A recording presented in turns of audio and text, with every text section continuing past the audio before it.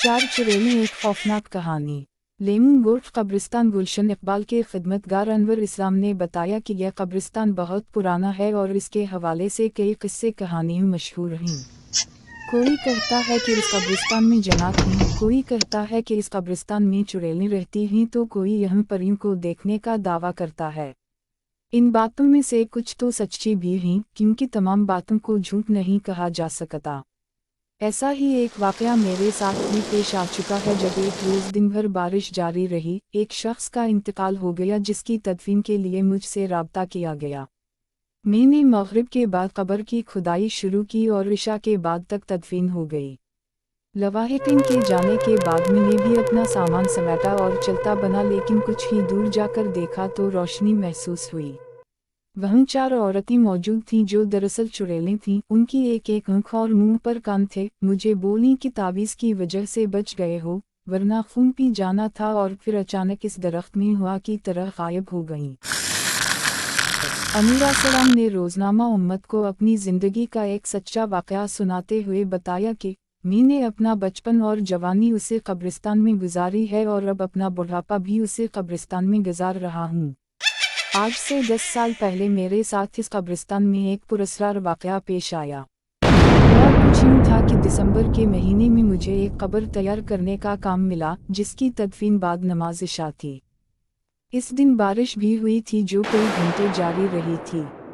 शाम में जाकर इस बारिश का जोर टूटा था। मगरिब के बाद मैंने कब्र तैयार करना शुरू की और अपने काम से फारिग होकर मैं मैयत का इंतज़ार करने लगा। मैयत आते आते कोई 10 बजे का वक्त हो गया और तदफीन से फारिग होते होते रात के 11 बज गए, जिसके बाद मैं लोगों के जाने का इंतज़ार करने लगा। जब तमाम लोग कब्रिस्तान से चले गए तो मैंने भी अपना सामान समेटना शुरू किया। तमाम कामों से फारिग होकर मैं भी घर जाने लगा। अभी मैंने आधा कब्रिस्तान ही पार किया था कि मैंने देखा कब्रिस्तान के अंदर मध्यम सी रोशनी हो रही है और कुछ अफराद वहाँ मौजूद हैं।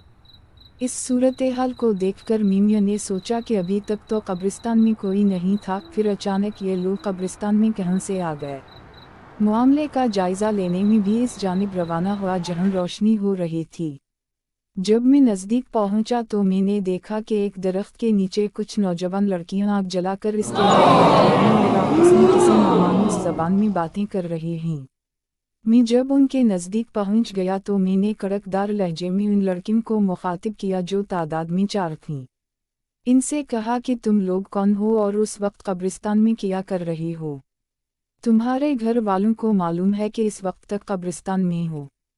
मेरी आवाज़ इन लड़कियों ने सुनी कर दी और एक लड़की ने नीचे मुंह किए हुए मनमनाती आवाज़ में, जैसे कोई नाक से बोलता है, दीगर लड़कियों को कहा कि देखा ये आ ही गया ना हमारे पास। ये जुमला सुनकर इसकी दीगर साथी लड़कियां अपनी जगह से खड़ी हो गईं। अब जो मैंने गौर से उनकी जानिब देखा तो मुझे ऐसा लगा जैसे मैं कोई ख्वाब देख रहा हूँ, क्योंकि उनकी नाक थी और ना ही मुंह था। उनके चेहरे पर कान थे और सिर्फ आँखें थीं जो इंतहाई सुर्ख थीं। अब जो मैंने भागना चाहा तो मुझे ऐसा लगा जैसे किसी ने मेरे पानून मजबूती से पकड़ लाए हूँ, जिन्हें मैं किसी भी तरह से आज़ाद नहीं करा पा रहा था। जिसके बाद वो जो भी मखलूक थी मेरे करीब आए और जैसे ही इन्होंने करीब आकर मुझे छूना चाहा, उनको ऐसा झटका लगा जैसे कोई शख्स बेध्यानी में बिजली का ननगा तार छोड़े। इसके बाद उनमें से एक ने अपनी दीगर साथियों को कहा कि इसके पास कोई तावीज़ है जिसकी वजह से हम इसका कुछ नहीं बिगाड़ पाएंगे। फिर इस लड़की ने मुझे कहा कि आज इस तावीज़ ने तुझे बजा लिया, वरना आज हम तेरे खून से अपनी भूख मिटाते।